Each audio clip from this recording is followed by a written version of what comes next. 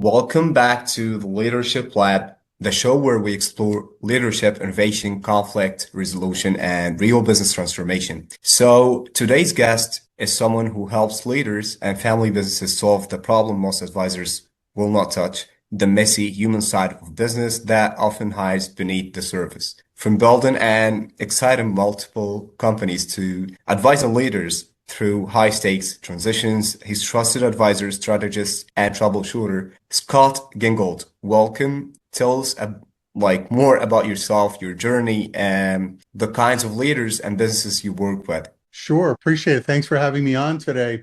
So, my career began differently than it certainly is today. I started my career as a first responder. I was in EMS. I thought that would be my life, but after getting shot at enough times and stabbed once, I said there has to be a better life for me. Joined corporate America, did really, really well for myself, moved up the ranks quickly. Those were the good old days of corporate America. Those were the days when coaching and mentoring was fairly easy to acquire. Yeah. And I was the beneficiary of much of that, and I'm grateful for that. However, there was a calling inside of me that said about family business. And I think it came from the fact that my mom and dad, God rest their souls, had a family business, family businesses, continued to work together for a minute after their divorce. And so I left corporate America, took different jobs with different family businesses. I wanted to see how they operate, learn their dysfunction, learn how they did things. And from there, my wife and I launched our first one. And together we built and successfully exited seven totally different businesses in all different sectors over a course of about 40 years. In addition, I'm a former business radio talk show host. I'm a former Division I college soccer coach, and I've been involved in over 70 nonprofit volunteer organizations during the course of my lifetime. So that's a little bit about me. And the calling that I have today working with family businesses is really, it comes down to, I know the pressures that they're under. I know how a family can destroy a business and how a business can destroy a family. So my job is to make sure that doesn't happen, or at least do my part to repair it. Absolutely. I see that that's really interesting. So can you share your role at Gingold Advisors? How do you work with leaders and teams day to day? How do you handle that? Well, let's talk about some differentiators between myself and what else is out there. I'm always surprised when I get called to an assignment that, hey, we reach, the person we work with now, we reach out to them for help and we wait days to get a response. My clients have access to me 7 days a week. First of all, we usually meet weekly, if not bi-weekly, but they still have access to me all the time. That's a fundamental difference. The other thing is when somebody calls for help, I was shocked to learn as recently as this weekend, I heard another story about it took their person 4 weeks to onboard them. With me, as long as the person gives me the information I need or the company gives me the information I need, they're onboarded within 24 to 48 hours. We get going. I believe when somebody calls you, they need help now, not next week, not next month. So really, I dive in quickly. The last thing I say would differentiate me is I solve people's problems in quarters. I don't Yeah. ask them to sign up for years and years. I don't make them sign a 1 year contract. Mhm. Most of my assignments are somewhere between 6 to 9 months. Some are as little as three. It really depends on the client. I But see. getting them solutions and quick remedies to their issues is what I'm all about. I realize people don't have the time, much less the budget for endless, endless conversation. What makes you approach different, from traditional business coaching to work consulting? How do you approach those different businesses? Well, the way I approach them is really simple is I find out what I really unmask the pain. Usually when I get a call, it's because their company's revenue is flatlined, it's frozen, it's not growing. They're just in a they're in a difficult spot. Yeah. My job is to peel back the layers of the onion and figure out why. And it's usually not something obvious like, hey, our product isn't popular anymore or no one wants our service anymore. It's because of other issues that's preventing the revenue from growing, from retracting, or reversing that trend, if you will.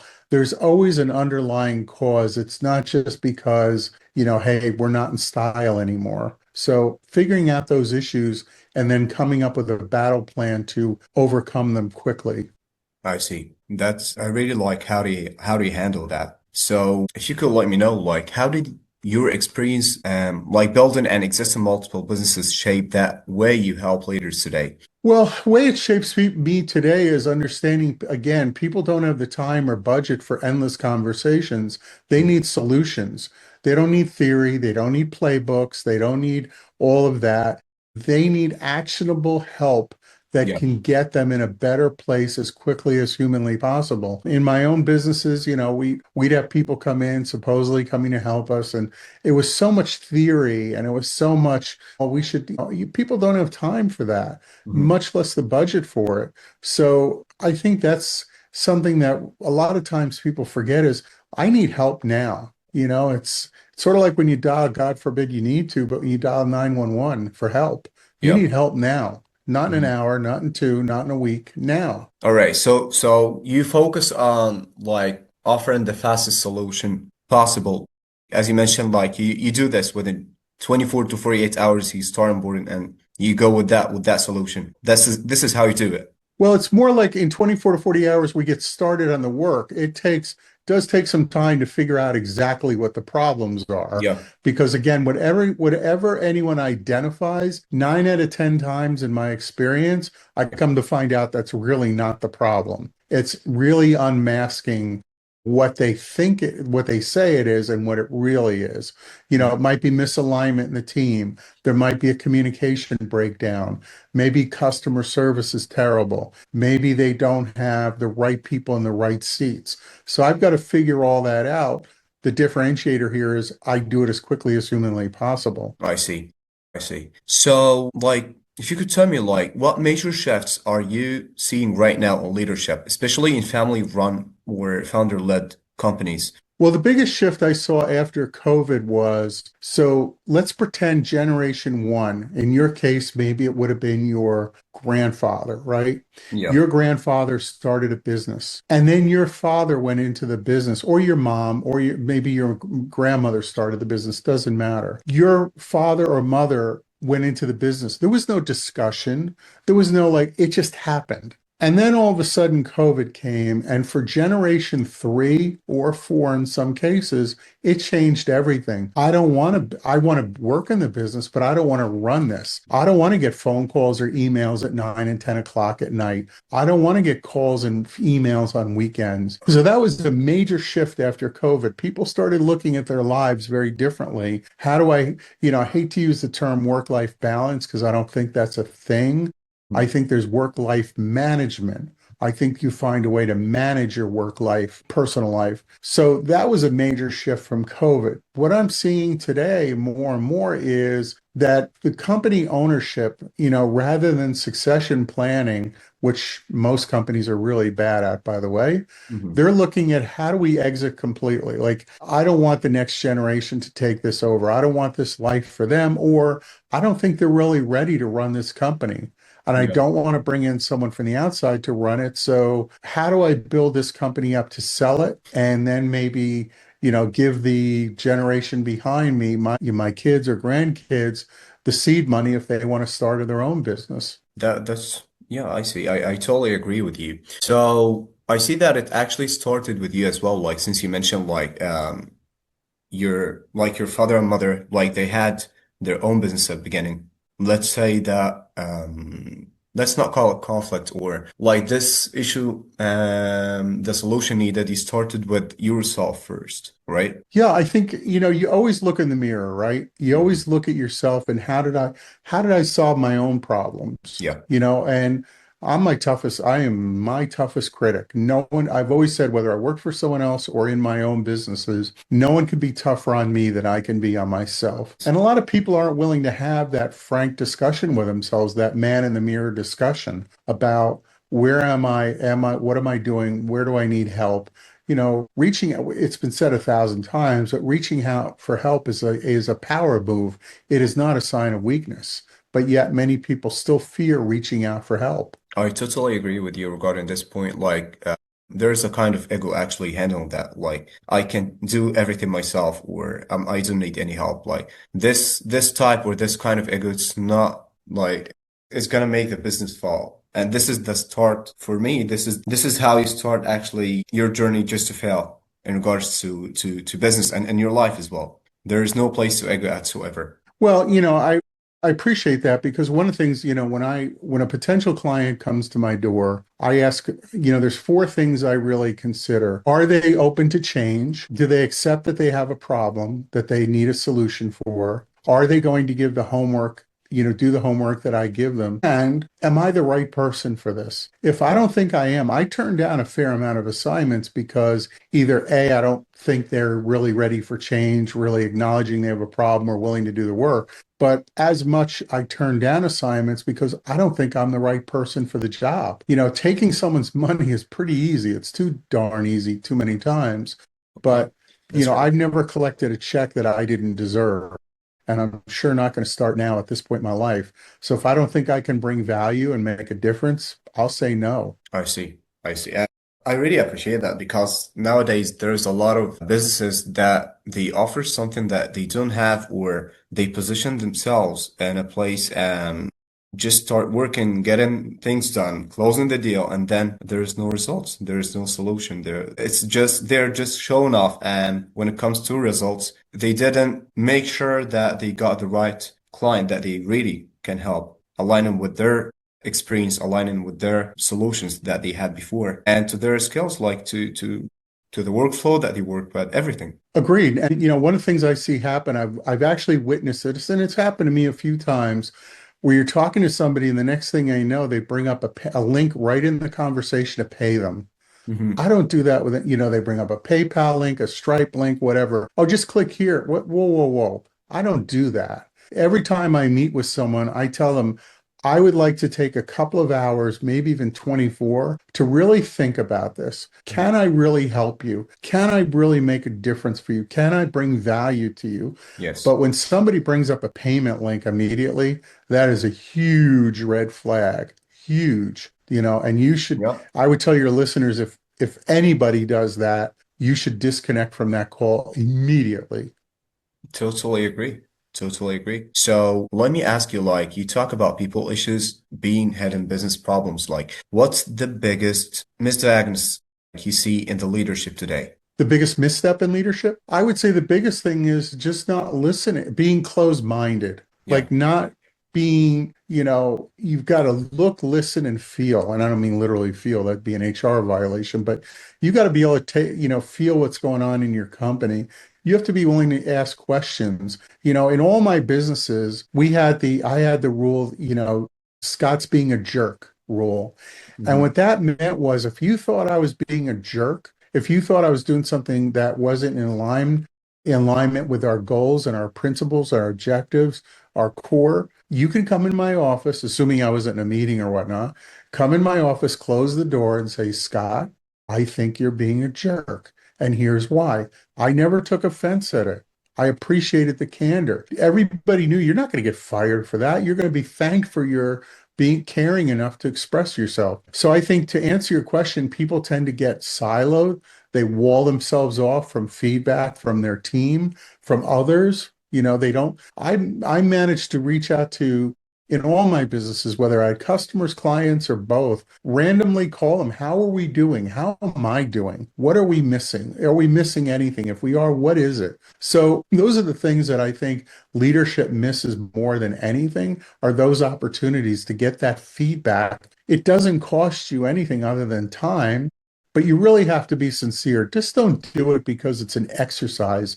Do it because you really care. You really want that information or that intelligence, and you're willing to do something with it once you have it. Yeah. Nobody likes phonies. I see. I see. Like, hope people actually learn about that. So let me ask you, like, what's working nowadays, like, really well for leaders right now when it comes to aligning teams and driving growth? being being honest, being vulnerable, saying to your team like, hey, this is where we're at. As the leader, we expect the leader to come up with a solution to everything. Yes. No one comes up to the solution to everything. Listen, I've been doing this a long time. Not even me has an answer for everything, right? I always tell everybody I don't have all the answers, but I do know most of the questions. And if you ask me something that I don't know, first of all, I'm going to tell you I don't know, but more importantly, or as importantly, I'm going to say I know who to call to get the answer. I have a really good Yeah. network. I have really good Yeah. connections. I will find out the answer to that for you. So I would say being vulnerable, acknowledging what you don't know, and just say to people, just be real, just be human, just be honest with people. No one wants to be danced with. Yeah, yeah, I totally agree with that. Like nowadays, it happens a lot. So let me ask you, what tends to be the biggest obstacle right now, like that stops progress in the companies you work with or you worked with before? People get in their own way. They're not willing to admit they don't know. I will give you a real world example, and I'll use myself. Mhm. I am, again, this is my first solopreneur venture. Every other business, first of all, my wife was my partner. Yeah, She is now retired happily. She's living a great life. I still work because I want to, not because I have to. I enjoy work. But I'm a solopreneur. And the two areas that I am struggling with, but I'm working my way through are CRM and the other one is automation. A couple other things too, but we'll focus on those two for the moment. It just baffled me. I'm a pretty smart guy, but those two areas I've struggled with. I've reached out to a couple different people, most of which were not what they advertised, but I believe that I found two people in each one in each discipline that can truly help me. It would be easy for me to say, well, I'm Scott Gingold and I've been doing this forever and I'm a successful business guy, blah, blah, blah, blah, blah. Well, you can be successful. It doesn't mean you know everything. And in my case, these are two areas that I don't know, and I'm willing to admit I don't know. And I'm also willing to accept help from others that do know.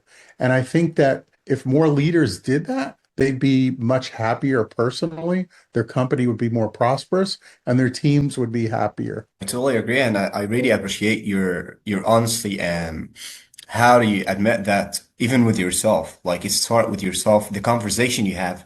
If you admit this, that's how actually I believe leaders just step on and go beyond whatever they reached before. So just admitting that, asking the right people for like for answering whatever question they have or whatever problem they're facing to get the right solution. This is how you start fixing the real problem. So, like, tell me, like, when leaders comes to you frustrated, what's usually keeping them up at night? Well, there's two answers to that question. The one thing is I would tell you is many of the people, leaders I talk to, and I've been through this myself too. So let me include myself in that. We all have the tendency, we'll go to bed around 11 o'clock at night, sometimes earlier, sometimes later, Yeah. but more often than not, usually around 1:30, 2 o'clock in the morning, the boogeyman taps on your shoulder and says, "Hey, pal, how are we going to fix marketing? How are we going to take care of cash flow? How are we going to meet payroll? How are we going to expand the business? How are we going to introduce AI into our company effectively?" They don't have someone to talk through that, much less admit it to. So those are things that keep entrepreneurs up at night. And I would say the other thing is finding people. My dad, God rest his soul, used to have a great saying, people are easy to find. Help is another story. You can get bodies, but getting people to help you. So I would say for leaders today, finding those people that come to work with you that really want to help you and help your business and help ultimately, if you're the right leader, it helps them too, right? It's not a one-way street. It's got to be a two-way street. So I would say those are the two fundamentals that I would offer. I see. I see that that's how you handle like that's the real way to handle that. So in terms of future, where do you want to take Gingold advisors over the next 6 to 12 months? I would love really to dive into that. Sure.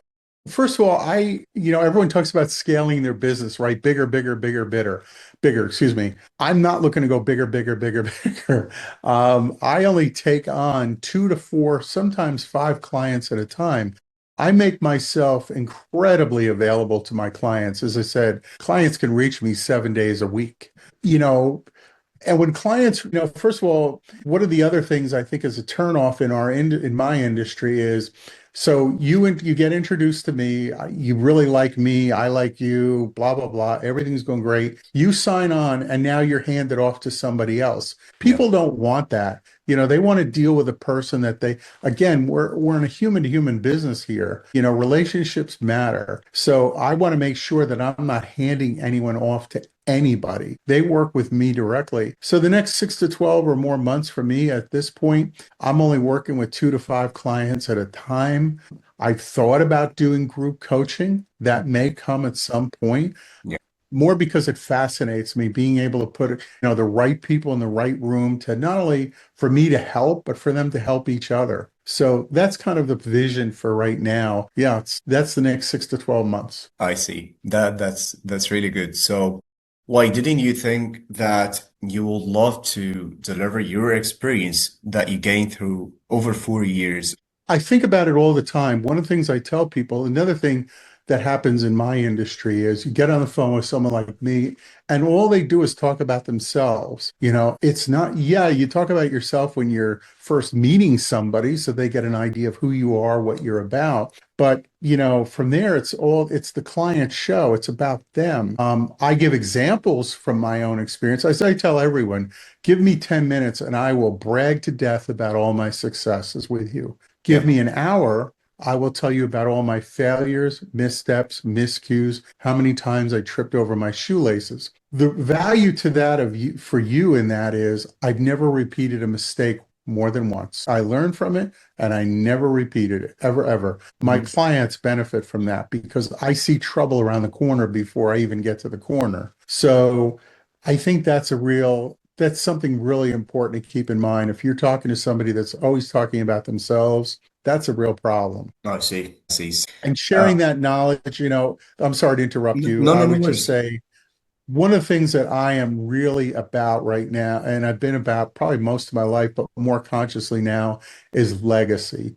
I have a 3-year-old granddaughter. She's too young to understand what I do, but I write notes all the time. And, at some point in the future, I want her to know that her grandpa gave more in life than he took. I do a lot of free speaking events at different venues, whether it's a business thing, a school thing, whatever. I like sharing the knowledge. I volunteer with the SBDC to Mhm. help other businesses, other organizations like that. So to your point, giving back is extraordinarily important to me. Again, didn't do everything right, but Yeah, that's important too because learn from what I didn't do right.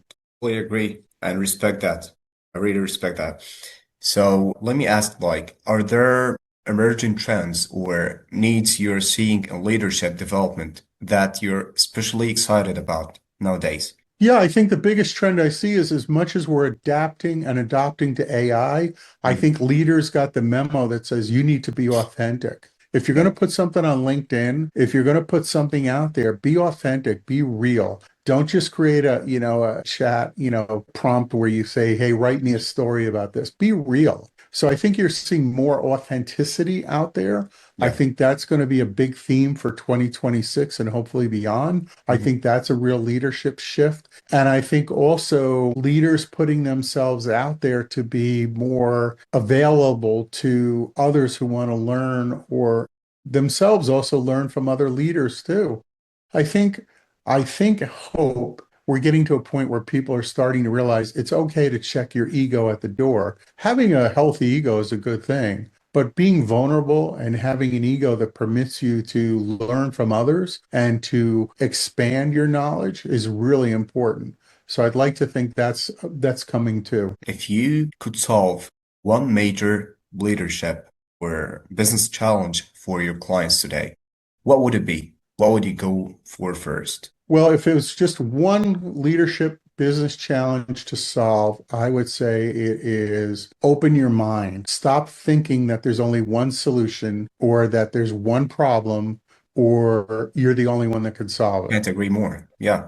Yeah. That's totally right. Like there's a lot of leaders actually following this and they're just convinced that their opinion is the only right thing. They're not open-minded to just listen. They could get a really lot. The solution could be just right there, and they don't see it. They don't want to listen to it. Yeah, because Uh, you're so close to it that it's hard to see it. And yeah, that's when you have to have, somebody like me working shoulder to shoulder with you to help you kind of figure all that out. I see. That's really interesting. So one of the businesses that we had was a market research company, Power Feedback. We were the pioneer in online surveys. We Mhm. owned that space. But that was at a time when everyone was taking on a ton of debt from outside investors, angel investors, institutional investors, so on and so forth. And I was scared of debt. I was so afraid of it. And then all of a sudden, people like Zoomerang came along, Survey Monkey, who later came to me, by the way, and said, "You gave us the space. You owned it. We took on tons of debt." I mean, they obviously did very well for themselves in the end, through turns. And I was scared of debt.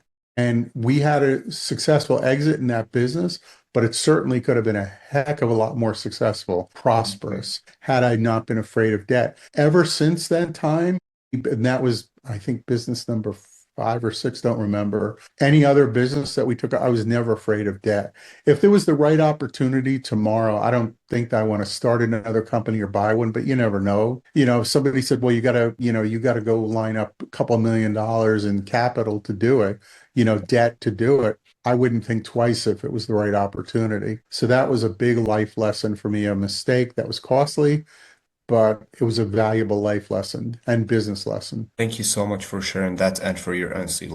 For all of the people out there who are gonna listen to that, if they face anything similar, how do they face this?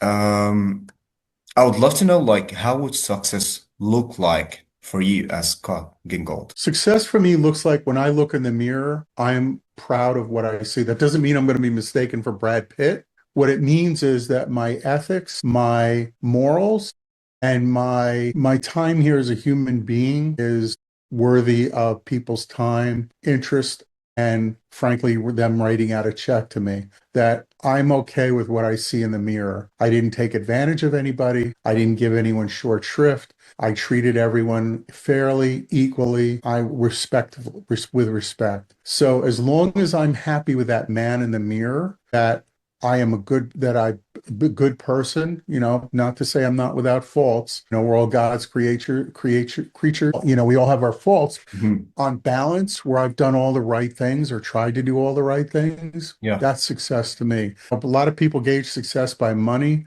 That's a benchmark. For me, it's not the benchmark. It's not even in my top five. One of the things I right. try and tell people is, because I am at a later point in my life, is, you can always make more time, money, excuse me, but you can't make more time. Time going by is lost forever. So be really careful how you use your time. It's not an endless resource. Yeah, that's how you manage time. Like even having this balance, spending more time with your family, with your loved ones until like somehow you could figure out that it was too late. You spend a lot of time just working, or you're just making money. You're putting it top priority, but no one takes that money. No one gonna take it at the end of the day. Like you're making those money to help you in your life. They just forgot the purpose of their life.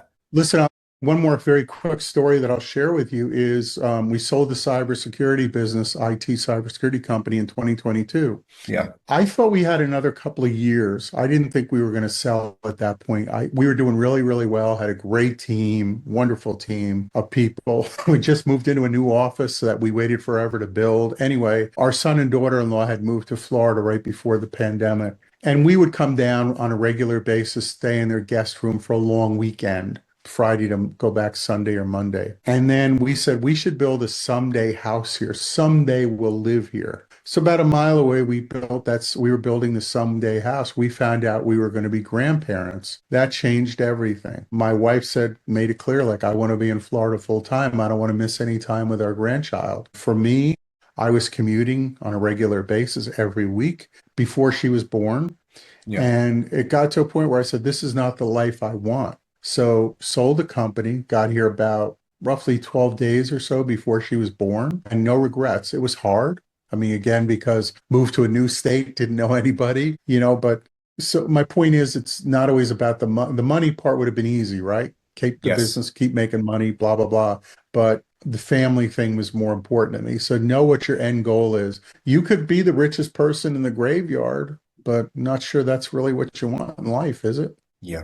Yeah, I totally agree. And I know it was a hard move for you, but when you just look at it from a wider perspective and think about it now, that was the right thing actually. And that was the right direction you took. Not regretting that. For sure. So again, you define success how you feel it's going to work, is best for you. But I caution anybody thinking that success or possessions, whether it's, houses, cars, jewelry, whatever, if you think that's success, okay, but ask yourself, is that going to keep you warm at night? And when you're older and sitting in a rocking chair, is it going to hold your hand? Right. You would hope that the people around you that care about you are still by your side all these years later. Thank you for sharing that. I really appreciate it. Even me myself, like it's gonna help me, and it helped actually in my perspective how I look for things as well, like for business. Since especially the young generation, they don't know this or they didn't live this just as you lived it. So we're trying to learn from people just like you who went through all these things. So Scott, this has been incredibly insightful. Thank you so much for sharing your experience and frameworks for resolving business complexity and leadership tension. The older generation, my advice would be really simple. Never stop learning, never stop asking questions, be curious. Don't hesitate to explore new things. Try and learn one new thing every day. It doesn't have to be groundbreaking, just something new every day. Yeah. It'll really benefit you and it'll keep you mentally stimulated, keep you relevant. It's easy to get caught up in the issues of the day, whether they're politics or other things, but steer away from that. Focus on learning something productive every day. Nowadays it's AI, of course, but there's a lot of other things to learn. For the younger generation, what I would say is listen to the older people. Excuse me, doesn't mean everything they say is practical for you, but that experience might save you some heartache and aggravation and agita along the way too. Be open to that. And as far as anything else, when you find yourself consistently hitting your head on the wall, if you're a business owner or you're an executive or founder, don't be afraid to ask for help. Reach out to someone like me, ask for help, because again, that's a power move. That is not a sign of weakness. Yeah. Yeah, I totally agree. Thank you so much again for sharing all these experiences and sharing your insights. That was really good. So that will be the end of our today's podcast and see you for the next one. Thanks for having me. It was a real pleasure and honor. Thank you so much. It's my pleasure, Scott. Thank you so much.